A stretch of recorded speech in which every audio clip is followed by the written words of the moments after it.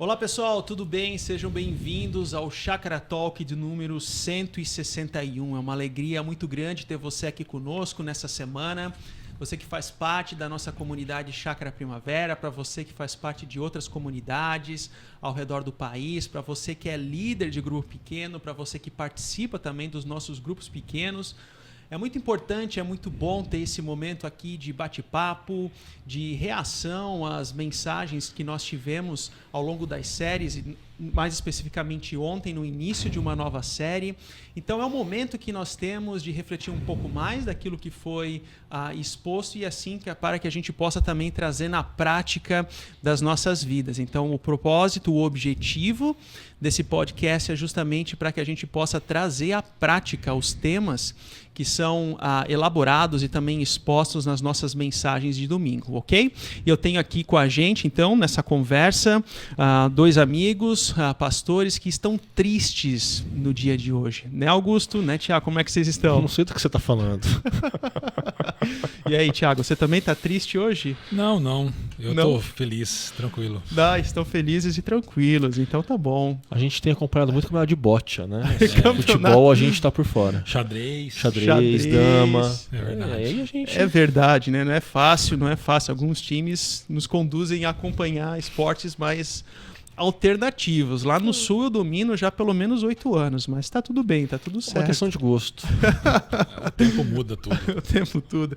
Brincadeiras à parte, é muito bom ter vocês aqui nesse bate-papo, nessa conversa. E ontem nós iniciamos uma nova série de mensagens, A Vida na Vida.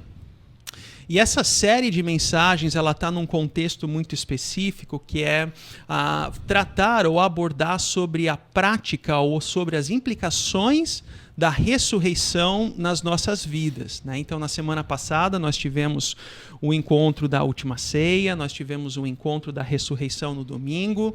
E é interessante porque, assim,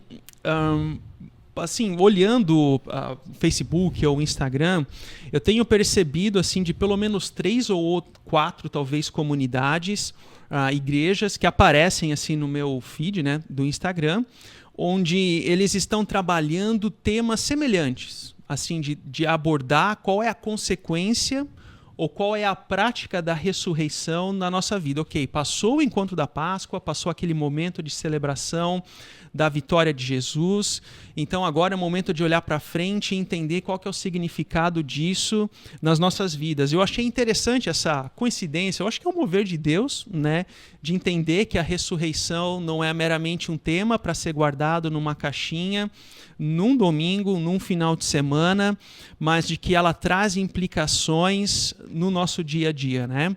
Então é interessante isso, e a gente trabalha, ou quer, ou procura, dentro dessa série de mensagens, refletir sobre essa prática da ressurreição. Por isso que a gente fala da vida de Jesus, o V maiúsculo, nas nossas vidas, na nossa rotina. E esse né? artigo definido, né, no Exato. começo do título. O artigo muito específico, né? É a vida de Jesus, não é Jesus e algo mais. É a vida, né, de Jesus. E uma frase que ela é norteadora dentro dessa série de mensagens é uma frase de Eugene Peterson, onde ele diz que a vida é alimentada pela vida. É assim mesmo, né? A vida de Jesus alimenta e ela traz o seu sopro, o seu delineamento também nas nossas vidas. Em determinado momento da reflexão, nós abordamos de que existem pelo menos 3 tipos de públicos, né? O primeiro tipo de público seria aquele que não crê na ressurreição e, consequentemente, não pratica, né? Uma consequência óbvia. Aquele que crê e, de fato, pratica. E aquele que crê, mas não pratica, não vivencia a ressurreição. Ou seja, vive a sua vida, vive a vida cristã como se a ressurreição não tivesse existido, né? Conforme for o segmento, direcionamento do seu próprio coração, né? No acompanhamento pastoral de vocês, o que vocês percebem que aflora mais? Que tipo de público vocês percebem mais que é um problema no nosso contexto, no contexto brasileiro? Enfim, o que vier à mente de vocês? O que vier à mente fica aberto, né? Assim, acho que pensando em dinâmica pastoral, quando chega alguma pessoa para nós que ainda não crê, é porque aquela pessoa, pelo menos, começou alguma jornada. Né? Ela entrou num processo, que nem o próprio Lee Strobel, assim, que vocês citaram, né? Recomendaram aí o livro, o filme e a série que a gente teve na comunidade. Quando alguém não está aberto para começar a trilhar essa jornada, dificilmente vai parar no nosso gabinete, numa conversa com a gente. Né? Agora, eu penso que é mais comum do que talvez as pessoas que estavam acompanhando a mensagem no final de semana pensem esse cenário da pessoa crê, mas não vive. Ou crê, que nem foi colocado assim, um crê entre aspas. Né? Então é interessante perceber que, por exemplo, eu olho às vezes para o imaginário, talvez o Thiago possa somar melhor aqui, mas é que eu sinto que por muito tempo na Igreja Evangélica Brasileira, assim, a nossa ênfase, quando chegava, por exemplo, nessa semana da Páscoa, tinha a ver com a cruz. Assim, então você tinha culto das 7 palavras, você tinha um monte de coisa. Aí chegava o domingo da ressurreição, assim, todo mundo quietinho, ninguém falava nada, assim. Então tinha um grande peso para a cruz e uma ênfase muito pequena para a ressurreição. Eu olho agora, parece que está mais equilibrado. Assim. A mesma ênfase que a gente dá na cruz, a gente dá na sexta, a gente dá no domingo.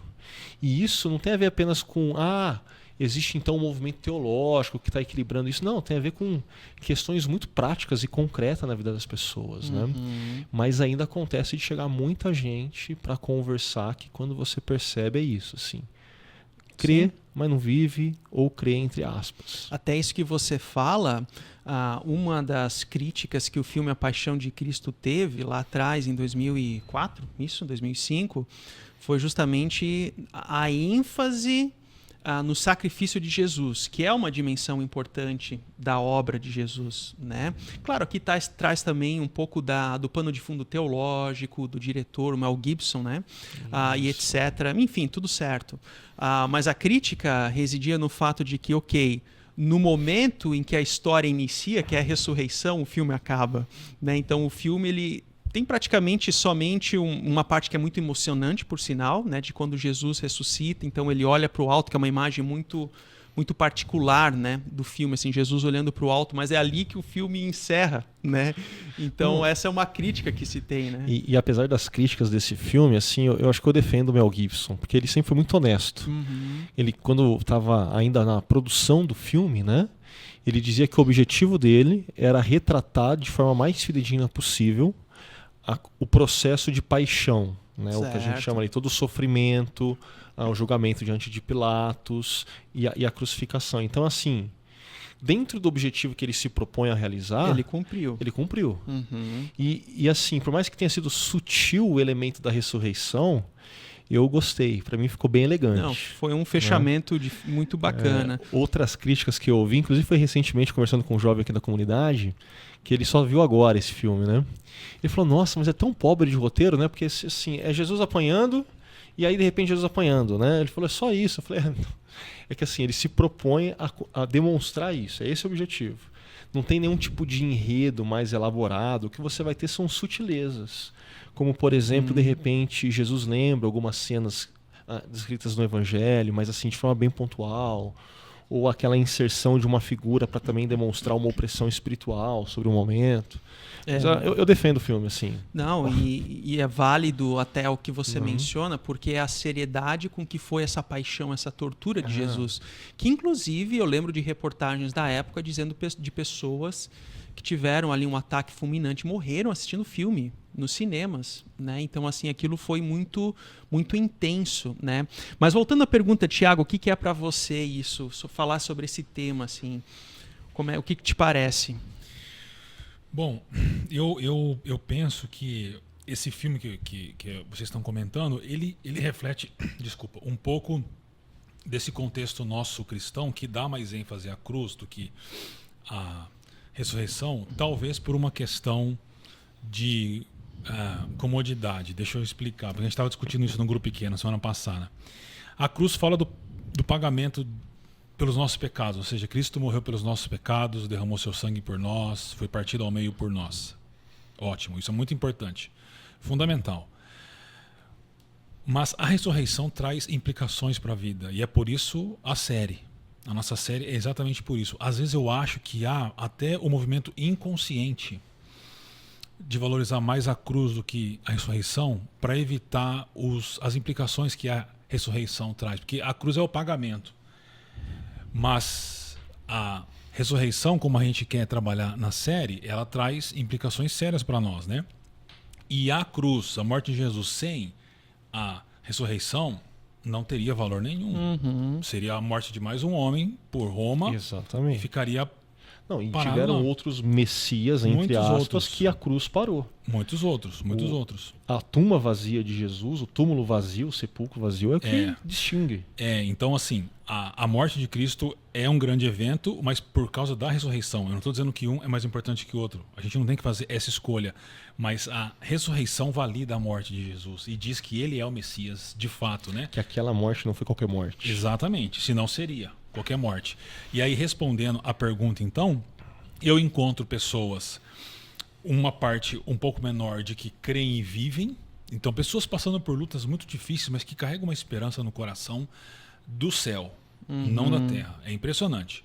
Mas uma parte maior, eu diria, que são pessoas que professam a crença, mas na vida diária não manifestam as implicações da ressurreição de Jesus, e por isso nós, por um cuidado e um interesse pastoral nosso pela nossa comunidade, a gente está fazendo isso. Não, muito bom essa compreensão e assim, nós até conversávamos no bastidores como é bonito ver famílias que entendem a ressurreição e, por exemplo, quando existe algumas dificuldades ou adversidades na família, o casal, por exemplo, né, poderíamos trazer outros vínculos familiares, mas o casal, ao invés de criar uma destruição do casamento por causa daquele problema, não assume aquela dificuldade, aquela adversidade, seja com um filho, com uma filha, com alguma outra questão financeira, se une naquilo e enfrentam aquele desafio junto, né? Então, a ressurreição, ela traz também justamente essa dimensão de união do casal, de fortalecimento, né? de fortalecimento da família, do vínculo familiar frente aos desafios. Então, isso que você está falando, Tiago, assim, o espelhamento na vida das famílias é muito bonito, porque a ressurreição não é meramente um tema teológico, mas ela traz implicações práticas, né? Mas antes de entrar nessas implicações práticas, nós abordamos ontem sobre 1 Coríntios 15, capítulo 15, correto? E eu começo com você, Tiago, com essa pergunta: por que você acha que Paulo aborda sobre o tema da ressurreição com essa comunidade em Corinto? Será que o relato nos evangelhos não seria suficiente? Qual que é o problema no seio dessa comunidade em Corinto em relação à ressurreição, a ponto de ele aqui estar descrevendo alguns bons versos para falar sobre esse tema? Para falar sobre o tema da ressurreição. Senhor capítulo. É um senhor capítulo.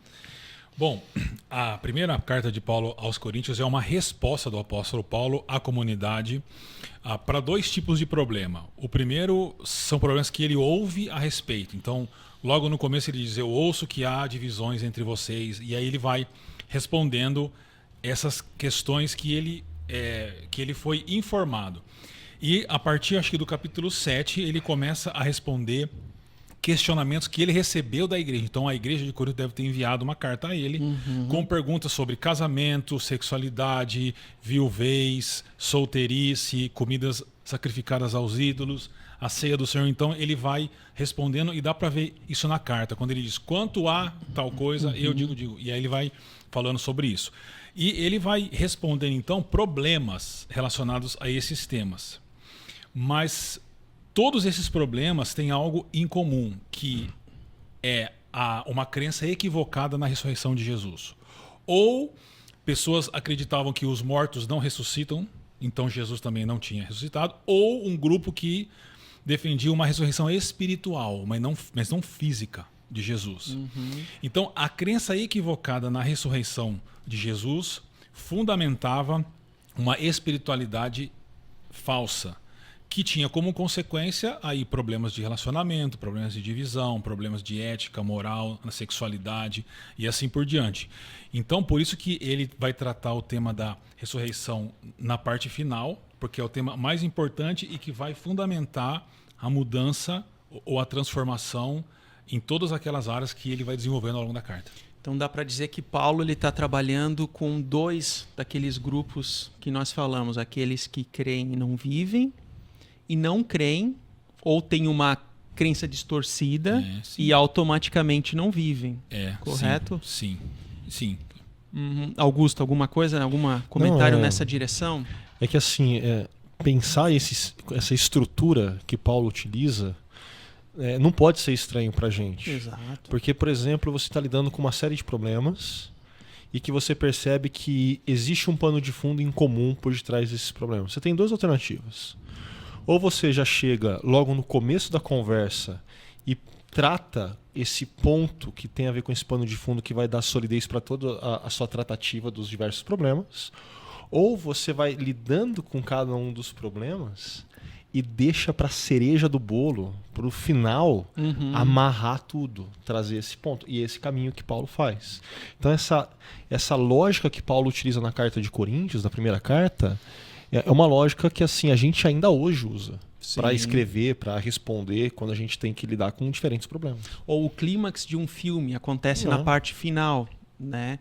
Então assim, você deixa o assunto mais pertinente, se essa é a palavra, por último, para trazer luz aos temas. É como no Evangelho de Mateus, que você tem a chamada grande comissão ao final, mas aquela passagem ela traz luz à missão de Jesus ao longo de toda a carta. Eu diria que você tem dois caminhos, assim, ou você começa com o que é mais importante, ou termina com o que é mais importante. No caso dos evangelhos, eu vejo que eles fazem as duas coisas.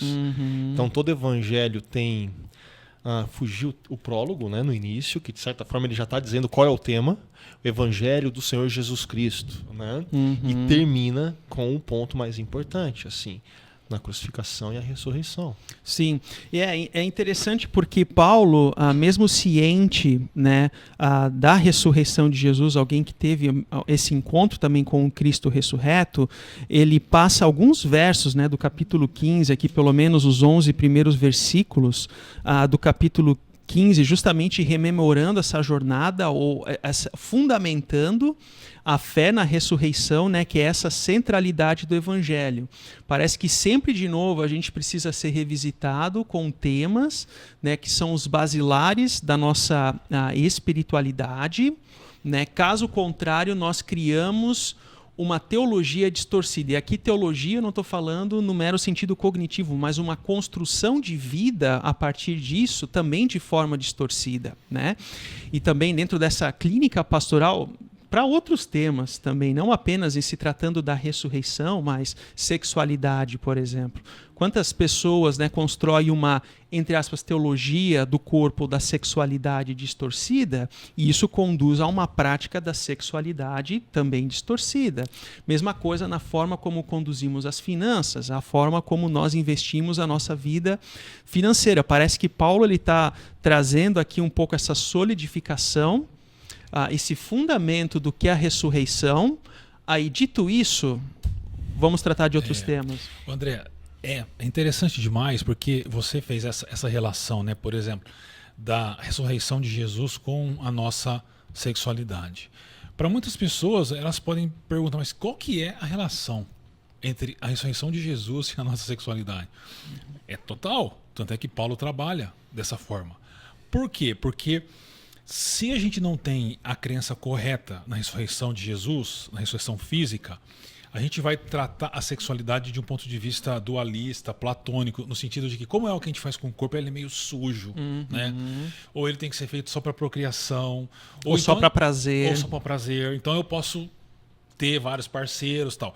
Mas o fato de Jesus ter ressuscitado dos mortos fisicamente, isso traz uma teologia do corpo, que foi o que você disse. E isso lança luz e nos orienta a respeito de como nós devemos ter uma sexualidade.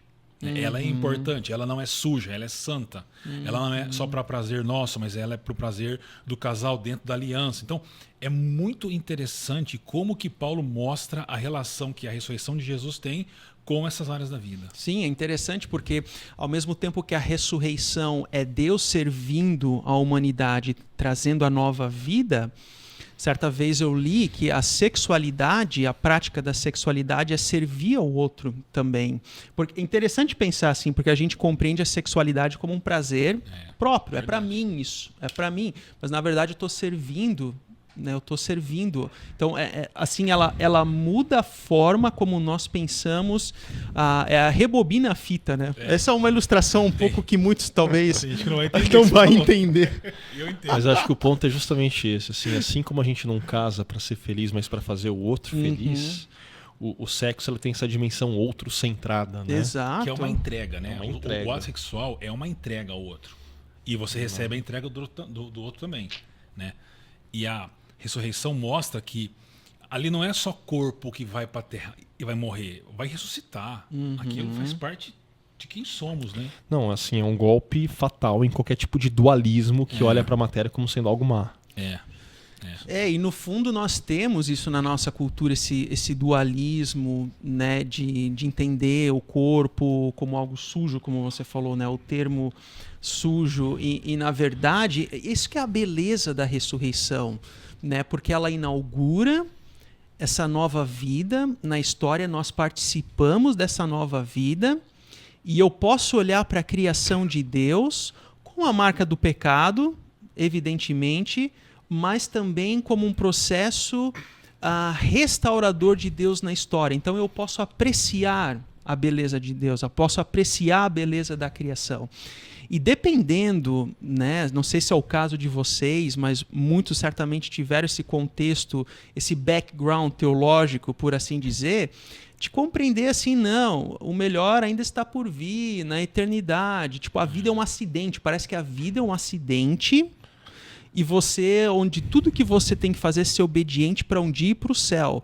Mas a ressurreição faz com que a gente aproveite, no bom sentido do termo, aproveitar a vida hoje com a beleza da criação. Então eu posso apreciar a beleza da criação e não me sentir culpado. Eu posso ter prazer dentro da aliança do casamento sem me sentir culpado por aquilo, mas é a beleza da ressurreição.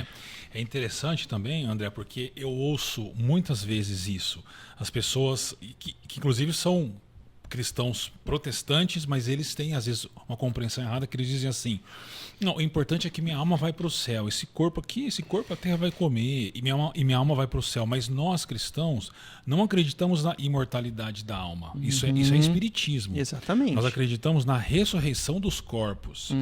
E mais do que isso, a morte de Jesus e a sua ressurreição não são atos que estão agindo na salvação só de pessoas, mas da criação toda. O cosmo todo está sendo redimido por causa disso. E aí tudo muda. E é engraçado porque, assim, talvez as pessoas que estão na chácara, elas pensem que essa pegada de dualismo tem muito mais a ver com a cultura secular, influenciada por uma cultura helênica de neoplatonismo. Lá fora tem dualismo, né? Mas a gente, assim, por conta que o nosso cenário não tem isso, a gente esquece que, na verdade, a cultura evangélica brasileira majoritariamente é dualista. Verdade. Assim, lê a Bíblia a partir desse neoplatonismo que divide. Assim, a gente tem que matar o corpo e nutrir o espírito. A minha alma vai para o céu, o corpo vai ser comido por verme. Não, isso não tem a ver com a espiritualidade que Jesus demonstra. Isso não tem a ver com o que as escrituras afirmam. Isso não tem a ver com morte e ressurreição de Jesus. Outra, que é muito comum. Eu sirvo a Deus só quando eu estou envolvido com as atividades da igreja. Mas quando eu estou envolvido com a minha profissão, é outra coisa. Exato. Que é terrível isso. E isso é dualismo. É dualismo. Esse dualismo é um problema, assim como esse individualismo também é um problema, que é um pouco do que o Tiago falou, né? Então, assim, a ação restauradora de Deus na história, onde nós somos essa nova humanidade, ela engloba toda a criação. Então, pela fé, nós cremos nessa ação de Deus na história, né? Mas muitos leem João 3,16 quando diz que Deus amou ao mundo, o cosmos, a criação como um todo, como se fosse Deus amou a psique, que é a alma do ser humano. Ou seja, é uma questão individualista. Esse mundo vai ser destruído, mas a alma vai para o céu. É como se fosse o fantasminha. Não. Deus hoje, ele está fazendo a transformação da criação. E o melhor ainda, ele nos utiliza como cooperadores nesse processo. 2 Coríntios 5, 6, agora me fugiu a referência de que nós somos cooperadores da graça. Né? Que é justamente a cocriação. É comum em Paulo. Ele usa essa Exato. palavra de cooperação em Coríntios, na segunda carta, em outras cartas. É a ação de Deus nossas mãos. Né? Assim, então isso que é a beleza. Por isso que a vocação é importante. Por isso que a forma, os relacionamentos humanos são por isso que quando fala do reino de Deus, eu não quero antecipar muitos temas que nós abordamos ontem, mas quando fala do reino de Deus, o reino de Deus é a justiça, a paz e a alegria. Esses são temas que não é dessa ou daquela ideologia, mas é um efeito, é um prisma da ressurreição em nós. Mas nessa questão do trabalho, eu mencionei no podcast passado, né? Primeira vez que eu parei para ler 1 Coríntios 15, sério, tem um caráter escatológico muito forte, né? Então eu fui lendo, fui falando de ressurreição. Como que eu esperava terminar o texto? Maranata, hora vem, Senhor Jesus, né? Eu esperava que o texto acabasse assim, mas ele termina com: no Senhor o seu trabalho não é inútil. Assim, trabalhem, sejam abundantes no trabalho, arregassem a manga. E aí no grego profundo, trabalho não é o trabalho da igreja, é trabalho, qualquer trabalho. Uhum. Sim. É um texto que tem implicações para aqui e agora, mas tem a ver com aqui e agora por conta dessa consciência do que Deus vai fazer na eternidade. Exato. E aí que eu gostei da imagem que você deu, assim, porque você tem um destino certo, então agora, consequentemente, existe um caminho a ser trilhado. Exato. Até esse destino. Exato. E é interessante aqui que nós estávamos falando sobre a questão da morte, né? A ressurreição do corpo. E a Sônia Grécia, vocês conhecem então, a Sônia? Já ouvi falar. Ela manda aqui uma mensagem, e você também pode sempre, aos domingos, também acessar o nosso Instagram e mandar perguntas, caso você tenha, ou comentários, ou algum insight, você também pode contribuir, participar das edições do Chácara Talk, onde a Sônia, então, ela pergunta o seguinte: a ressurreição de Cristo é o sinal de que a morte já foi vencida, certo? Ok.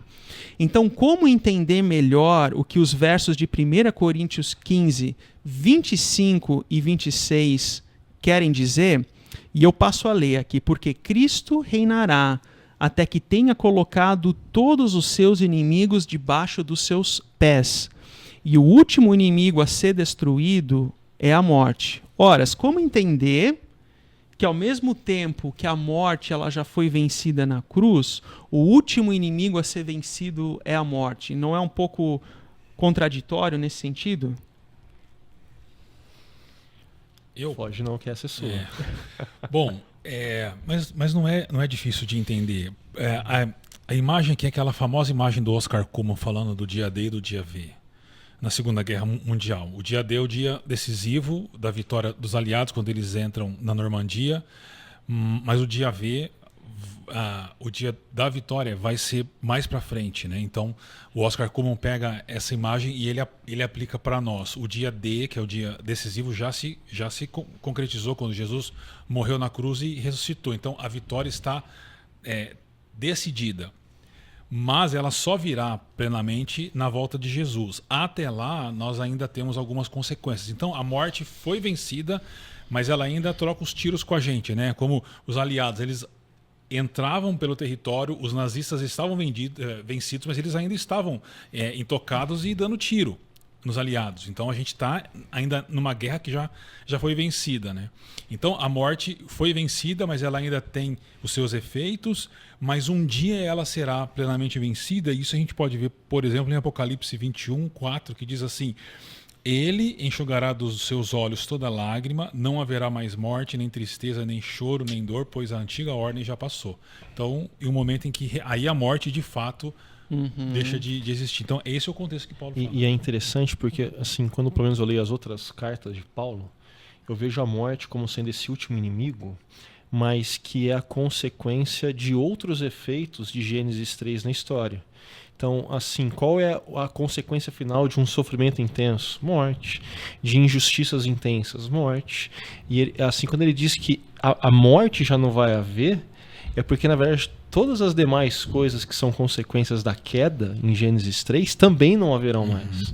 E esse texto de Apocalipse 21 que você leu, assim, ele é demais, é lindo. Ele aqueceu o coração.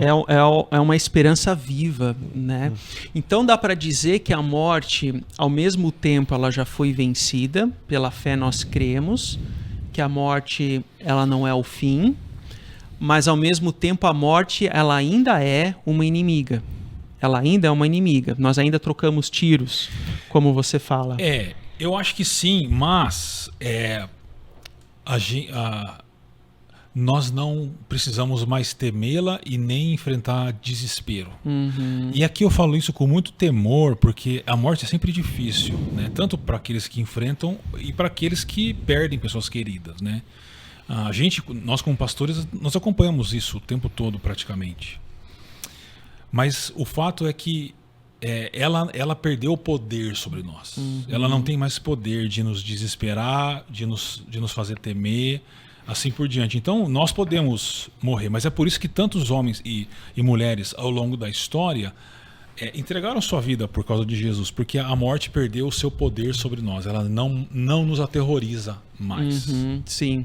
E ela é inimiga no sentido de que, assim, a pessoa, ela não tem menos fé só porque ela vai procurar um médico para alguma doença, ou se ela toma alguma medicação. Não, nós lutamos contra ela, nós lutamos contra a morte, mas ao mesmo tempo nós cuidamos de nós mesmos. Sim. Mas ao mesmo tempo ela não é o fim, ela não é o fim. Então é um paradoxo da morte, mas assim, o ponto central que Paulo quer trazer aqui é que como ela já foi vencida, nós não precisamos temer. Nós não precisamos temer. Eu já conheci alguns discípulos de Jesus que lidavam equivocadamente com isso. Que assim, eles inconscientemente acabavam cultivando um tipo de anseio pela morte. Que a morte vai fazer eu encontrar Jesus, né? E não é isso que a gente encontra nas Escrituras. Os mártires, né? Sim. Mas tem a ver assim, a morte foi vencida, mas não quer dizer que nós a desejamos. Então esse eu acho que é um erro a ser evitado.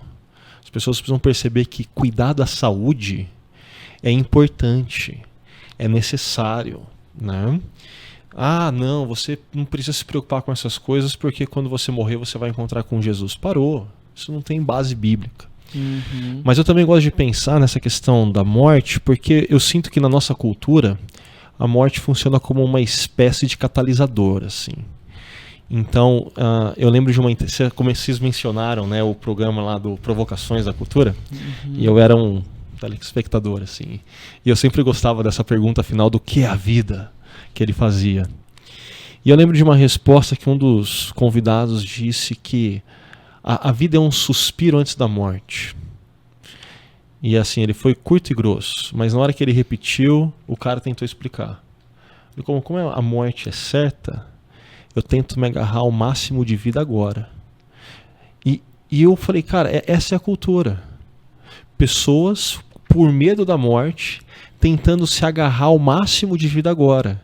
E aí elas começam a expressar algumas frases como: é meu direito ser feliz, eu quero mais, eu quero ter tantas coisas, ou é meu. E eles começam a tentar se orientar na história por uma desesperança. Não por um anseio de algo bom, mas por uma desesperança. É literalmente quando Paulo aqui está citando o contexto de Isaías, de comamos ou bebamos, porque amanhã vai morrer. Sim. O povo está do outro lado do muro, o exército vai atravessar, a gente vai morrer. Então hoje vamos fazer festa. Hoje vamos ceder aos nossos apetites mais animalescos. Você está com fome, come. Você está com sede, bebe. Você está com excitação sexual? Já tenha relações. Você está com raiva de alguém? Mate. Né? Mas quando a gente lida com a ressurreição, um horizonte de esperança é gerado. E a gente não tem mais que se comportar cedendo a instintos animalescos, de Sim. ceder a anseios, de por medo da morte querer falando é meu, eu quero mais, é meu direito ser feliz. Não. Por conta da ressurreição de Jesus, a gente pode ser humano de verdade. E isso é extremamente radical no mundo de hoje. Não, eu acho muito pertinente o teu comentário, Augusto, porque isso já, a gente até entra nesse tema sobre os problemas da crença equivocada na ressurreição. Né? Quais são as consequências de uma crença equivocada na ressurreição? Então, quando a gente olha aqui dos versículos 13 a 19, e o convite aqui, o seu grupo pequeno tem a Bíblia aberta, acompanhe, né, esses versos, o que está sendo dito aqui. Você tem essa tarefa de casa de ler os 58 versículos né, de 1 Coríntios 15, seja na sua leitura pessoal ao longo da semana, ou seja no seu grupo pequeno, enfim. Mas ele aborda justamente ou de Paulo, né, estou me referindo a Paulo, né? Ora, se não há a ressurreição dos mortos, então o que não acontece com isso? Não é apenas uma questão de teologia distorcida, mas também de prática de vida, de crer e agir. É um problema de crer e agir, né? Cristo não ressuscitou, versículo 13. A nossa fé, a nossa pregação são inúteis. Versículo 14, ou seja, uma vida inútil, é uma vida de inutilidade. E aqui nesse ponto específico, o Fabrício Battistoni, manda também um comentário dizendo o seguinte: André, numa das minhas leituras de vaidade, sopro, inutilidade, vento, porque é o mesmo termo que faz ligação com Eclesiastes, né, da vida, da vaidade da vida, né? Para traduzir o intraduzível de Eclesiastes, diz ele, esbarrei numa tradução que faz muito sentido para mim, que é uma bolha de sabão, ou seja, inutilidade como uma bolha de sabão. É a vida, é viver a vida de tal forma como se fosse uma bolha de sabão. Interessante isso. E o filósofo chamado pai do pessimismo, que é o Arthur Schopenhauer, ele escreveu: a vida é como uma bolha de sabão, que conservarmos e soprarmos tanto quanto for possível, porém com a firme certeza de que ela irá estourar. Ou seja, a bolha ela vai estourar de alguma forma, né? Seja cedo, seja mais tarde, mas perceba que é a vida na sua inutilidade. Mas claro, Paulo ele continua na sua argumentação, dizendo que nós somos falsas testemunhas, de que ainda nós estamos nos nossos pecados, versículo 17, que aqueles que morreram em Cristo estão perdidos, ou seja, não há esperança nenhuma, versículo 18. Então imagina você crer em algo que não se concretiza, né? Uma coisa é você ter sonhos que não se concretiza, agora você colocar toda a existência da sua vida em algo que é uma bolha de sabão, não faz sentido. Então Paulo ele vai ao cerne da existência, né, humana, para falar da gravidade dos temas e de assuntos quando nós temos uma crença equivocada no Evangelho. E para mim, o ponto que você menciona, Augusto, está no versículo 19, quando ele diz que nós somos dignos de compaixão, ou seja, eu tenho pena do ser humano que acha que a vida é só isso daqui. É só isso daqui. Né? Tem uma frase do Mário Sérgio Cortella que ele diz alguma coisa nesse sentido. A vida já é curta, mas a gente não pode deixá-la pequena. Alguma coisa nesse sentido. Então, a gente não pode deixá-la pequena. É a brincadeira com o Drummond que ele faz. Exato, exato. Bem comum nele. Então, assim, se apequenar a vida é justamente ter uma vida de bola de sabão. É justamente nesse sentido, entendeu? E para vocês, que outros tipos ou que outras consequências que a gente pode ter na vida, se nós compreendemos que a vida é somente isso aqui, não há uma ressurreição, Deus não age na história, é o cara lá de cima, que tipo de consequências que nós podemos viver nas nossas vidas, nos nossos relacionamentos e assim por diante? Bom, por incrível que pareça, eu gosto muito de ler Nietzsche. Uhum.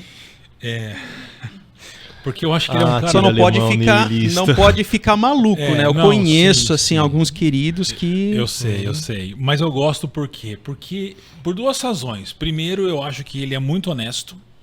E poucas pessoas são honestas como ele. Uhum. E ele é o cara que mais chega perto de um ateísmo de verdade. Né? Que o ateísmo é insuportável, eu acho. na minha avaliação. E a segunda razão é que eu até escrevi um artigo uma vez para um curso que eu fiz. Eu acho que ele é um amigo da nossa fé, porque ele bate tanto na gente, mas ele aponta alguns problemas realmente. Até pela história, né, história familiar dele, o pai era pastor, né? Sim, sim. Não estou dizendo que ele está certo, absolutamente não. A morte dele é trágica. Eu acho que ele paga um preço alto por causa das escolhas que ele fez. Mas por que eu estou dizendo isso? Porque ele é um exemplo de alguém da vida de alguém que não crê realmente na ressurreição, que é uma vida sem esperança.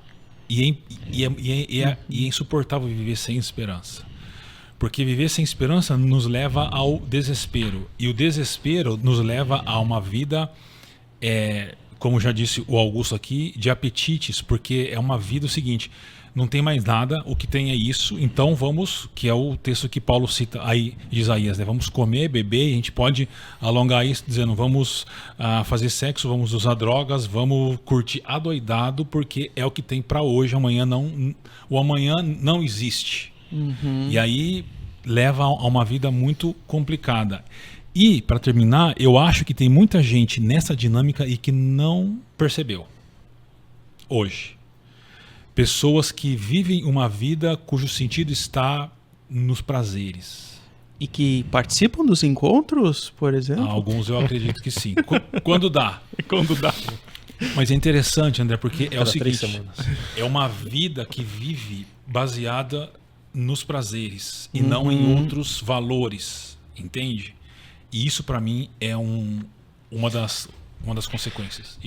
Vai lá, pegar 2 pontos aí da fala do Thiago. A primeira, acho que eu vou ficar nas defesas hoje, né? Defendi o filme, vou defender um pouquinho o Nietzsche agora. Mas eu concordo com você que eu acho que assim, ele é o mais perto de um ateu que a gente tem, honesto e inclusive coerente, né?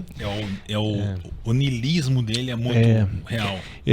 A primeira vez que eu li o Assim Falava Zaratustra, né, que é onde está o famigerado que Nietzsche matou Deus, que absurdo.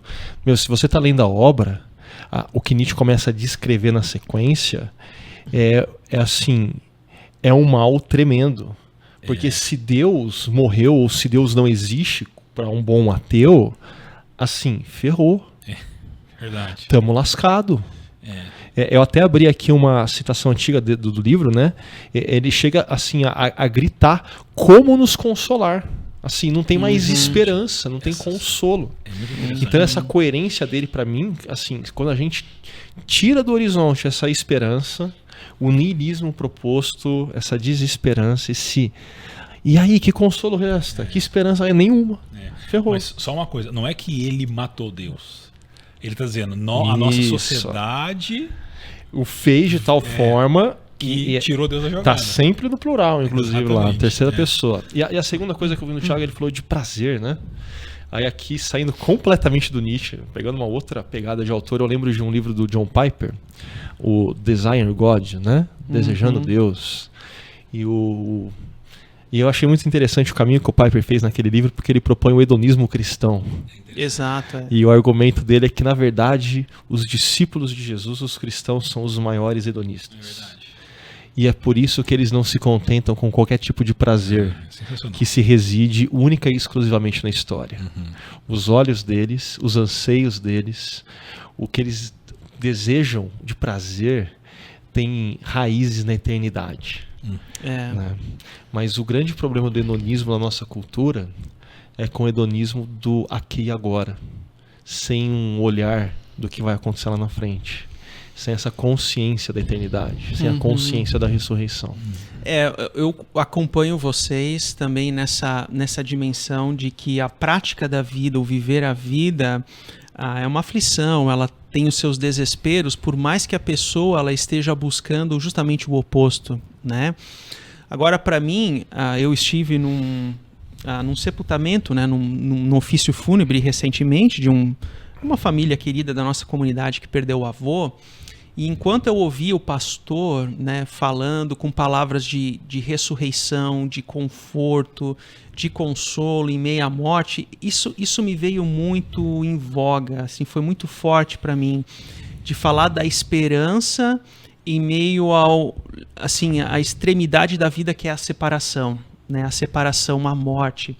Aí, recentemente, eu estava acompanhando um podcast do Juninho Afram, do Oficina G3. Coisa né? boa. E aquela música, O Tempo, que é conhecida, a letra foi escrita por ele, num contexto onde o filho dele estava muito doente.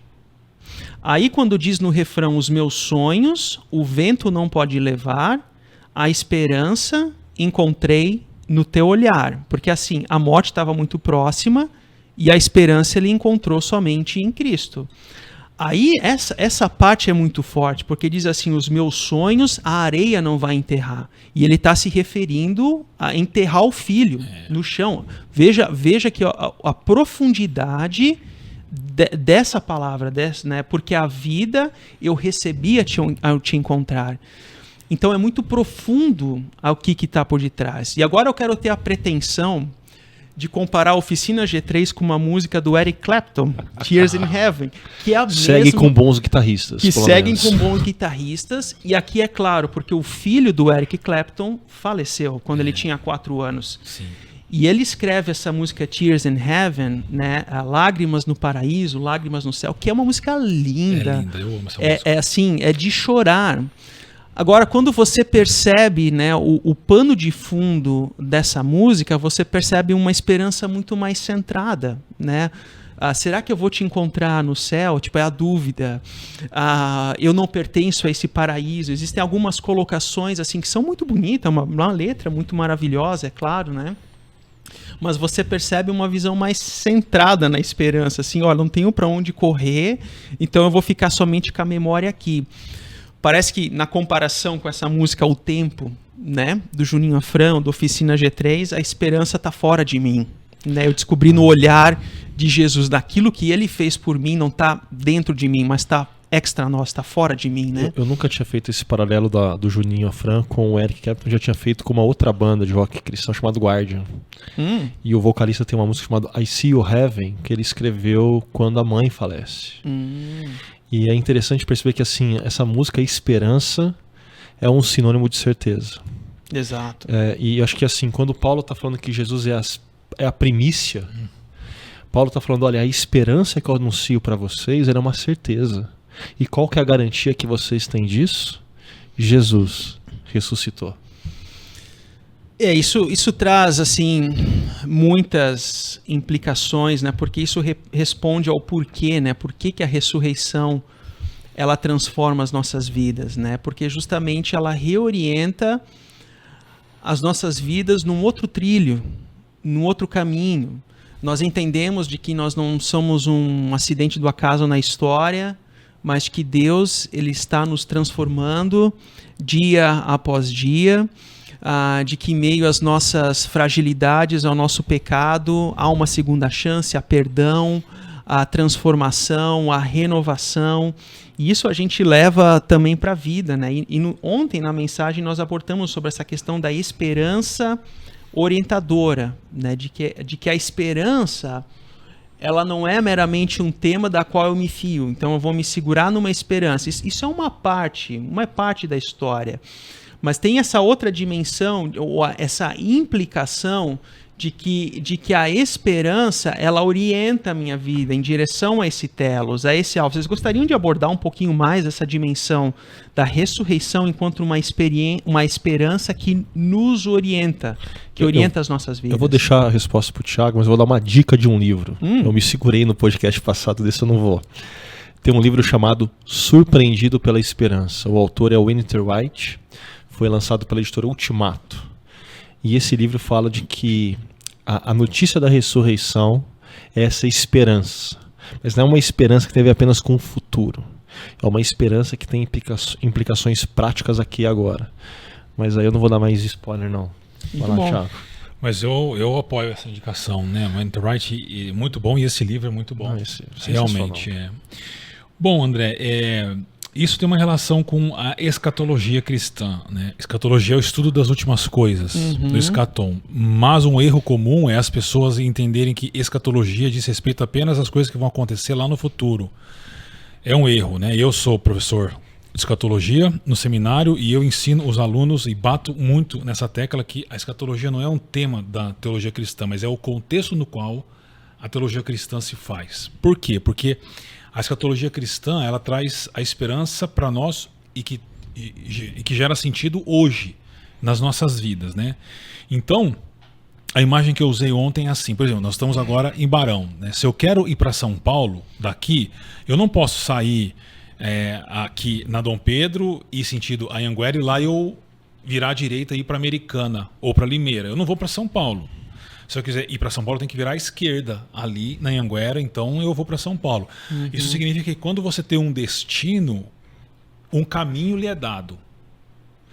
E a esperança cristã faz isso. Ela nos dá um destino e um destino que implica em um caminho de vida, em um estilo de vida. E esse estilo de vida é um estilo de vida baseado na sabedoria bíblica que a gente encontra. Então, eis o poder da esperança. Não é algo só para lá, mas é algo que nos transforma e nos orienta aqui e agora, né? Uhum. Porque na perspectiva cristã, o futuro invadiu o presente e trouxe sentido para nós. E nós estamos rumo a essa nossa esperança. O fim do filme foi revelado no meio. Né? E certa vez eu estava lendo justamente sobre isso, para a gente viver no princípio de que aquilo que a gente faz e produz como fruto de um dom que Deus deu para nós aponta para uma dimensão da eternidade, um princípio que aponta para aquilo que será perfeito na eternidade. Então isso traz sentido e significado ao que nós realizamos hoje. Então, por exemplo,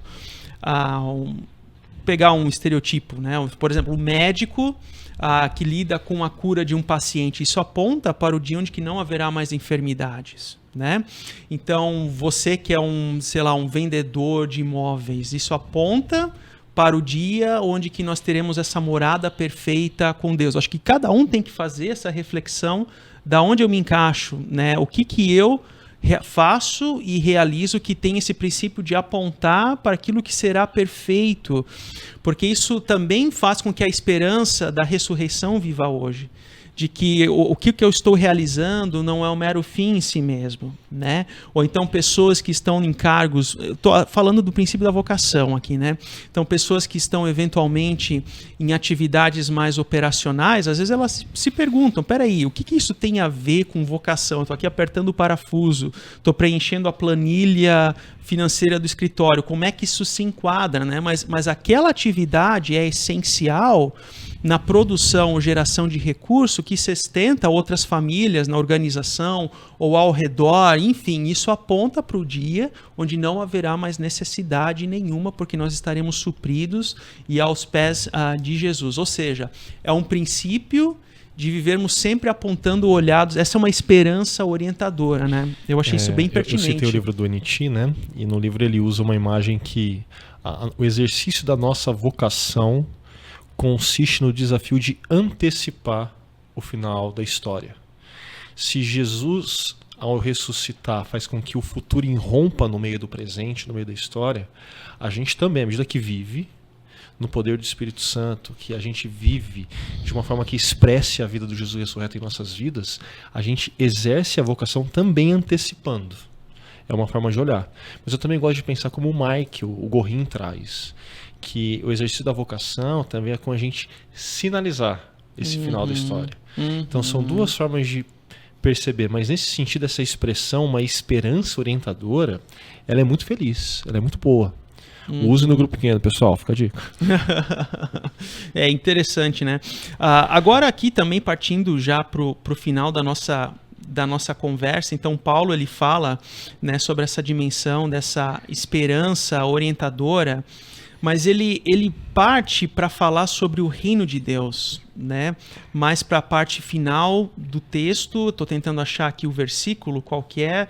Se vocês têm, acho que a partir do versículo 24, né? Essa dimensão do reino de Deus. E aqui, é claro, ele aponta para essa dimensão futura, né? Quando chegar o fim, né?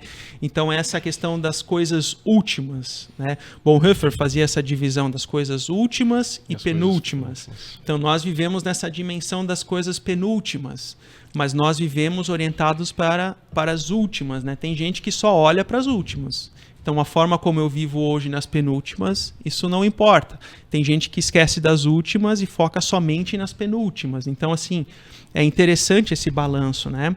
Mas a pergunta que fica aí também como a ponto de referência para as discussões nos grupos pequenos, né? Quais são esses desafios que nós podemos viver, né? Ou como nós devemos viver debaixo do governo de Jesus aqui agora, nas diferentes áreas da vida, né? Então, se nós vivemos nessa dimensão do reino de Deus de forma prática, como é que a gente pode sinalizar esse reino de Deus agora na história? Eu não sei se eu vou ajudar porque eu não quero dar exemplo, mas talvez assim eu quero detalhar a pergunta. Se você está no reino de Deus e sob o governo bondoso, justo de Jesus, como que você cria seus filhos? Se você está debaixo do senhorio de Jesus e professa Ele publicamente como Senhor e Salvador da sua vida, como que você lida com as pessoas que trabalham lado a lado com você de segunda a sexta-feira? Se você faz parte desse reino onde a gente diz que justiça, paz e alegria são marcas, como que você lida com pautas políticas quando elas emergem? Assim, quando a gente fala de diversas áreas da vida, de diferentes áreas, a gente precisa conseguir, assim, sair do superficial e ir para o profundo nisso. Então, talvez aqui a minha ideia seja mais provocar ainda mais, assim, nesse sentido. Muito bom. Bom, primeiro relacionando o reino com a ressurreição, porque se Jesus não ressuscitasse dos mortos, o reino que ele trouxe também teria acabado com ele, da mesma forma que ele terminaria naquele sepulcro. Mas o fato dele ressuscitar mostra que é uma prova cabal de que o reino que ele trouxe avança, né, sobre a face da terra. Esse conceito do reino é um dos conceitos, se não o mais importante, um dos mais importantes para Jesus. Isso diz respeito a uma transformação profunda de vida, porque quando a gente fala de conversão, a gente não está falando de mudança de religião, a gente está falando de uma mudança de governo. Éramos governados por uma outra pessoa, por um outro império, é a palavra que Paulo usa em Colossenses, né? Efésios 2 também, né? Autoridade do... E passamos a ser governados por Jesus. Isso significa que é Ele quem manda, sendo bem direto, né? Então, a gente não trabalha para nós, a gente trabalha para Ele. A gente não segue os nossos desejos e interesses, segue os desejos e interesses de Jesus. Isso no emprego, isso na família, isso no lazer, porque nós estamos debaixo de um novo governo e é a vontade dele que interessa para nós. É claro que no nosso caso a vontade dele é boa para nós, boa, perfeita e agradável, e vai nos levar para um caminho de ordem, de bênção, de alegria e assim por diante, né? Mas é interessante porque isso gera transformação. E aí é mais um ponto que a ressurreição de Jesus gera transformação, porque a ressurreição de Jesus é a garantia de que o reino avança. Nós, como parte desse reino, temos que responder em obediência e submissão a Jesus, porque nós fazemos parte desse reino e isso gera mudanças no nosso comportamento, né? E a beleza desse reino é que esse reino não é algo imposto de forma bélica para cima de nós, né? Então, o próprio Paulo, quando ele fala em Efésios 2 dessa mudança de governo, ele diz no versículo 4, mas Deus, sendo rico em misericórdia, com muito amor, com grande amor nos amou, né?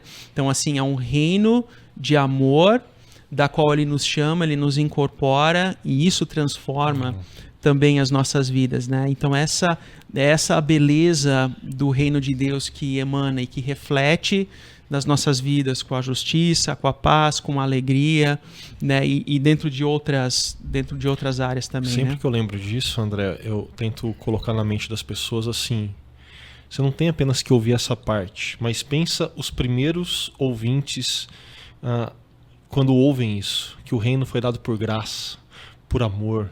O que eles têm do lado deles, ou melhor, sobre eles, é o reino do Império Romano. Que, via de regra, exercia o seu domínio através da força. Exato. Seja uma força militar, seja uma força econômica. Mas assim, sempre era imposto. O reino de Jesus é dado por graça e amor.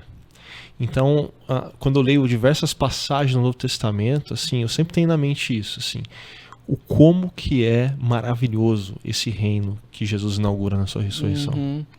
E o risco ocorre quando a gente perde essa dimensão de enxergar esse governo nas nossas vidas, a beleza disso nas nossas vidas, né? A primeira vez que eu visitei o campus do seminário onde eu estudei lá no Sul, assim, eu fiquei maravilhado com aquilo. Nossa, imagina dormir aqui, né, nesse alojamento e acordar com esse barulho dos passarinhos cantando de manhã, que coisa maravilhosa. E foi assim. Mas no final do primeiro semestre eu já não aguentava mais aquilo, porque era tanta pressão, já não aguentava mais, assim, eu perdi aquela beleza. Claro, depois fui trabalhando isso, né? Porque eu tenho muita saudade daquele espaço. Estive lá, inclusive, em janeiro, depois de 8 anos, assim, então revivi um pouco daquilo, mas esse é o risco, né, de a gente não perceber a beleza do reino de Deus agindo na história. Então, a gente já não contempla mais aquilo, a gente não percebe mais a ação bela de Deus nas atividades do dia e assim por diante. Então, esse que é um problema. Me lembrei aqui a fala do Tiago falando que a ressurreição ela não possibilita nenhum tipo de leitura dualística, né? E é muito interessante porque a ressurreição, de certa forma, também é uma confirmação da boa criação de Deus. Sem dúvida. Assim, Deus cria corpo e o Jesus ressurreto ressuscita em corpo. Né? Como essa confirmação da boa criação de Deus. Não é porque a queda corrompeu, exerceu suas consequências sobre a criação de Deus que a criação deixa de ser um projeto do próprio Deus. Sim, eu sou o pão da vida, né? Então, se você passar 10 dias, eu tinha um professor que falava, você passa 10 dias comendo churrasco, por melhor que seja, vai chegar uma hora que a tua nutrição vai estar afetada, né? Mas agora, se você come o pão diariamente, aquilo te alimenta, te fortalece.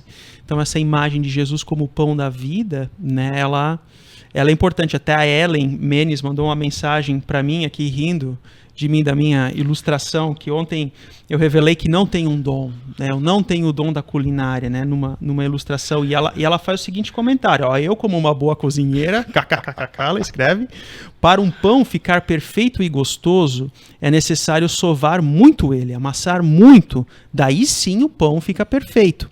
Assim como Jesus foi na cruz, massacrado, amassado e sovado.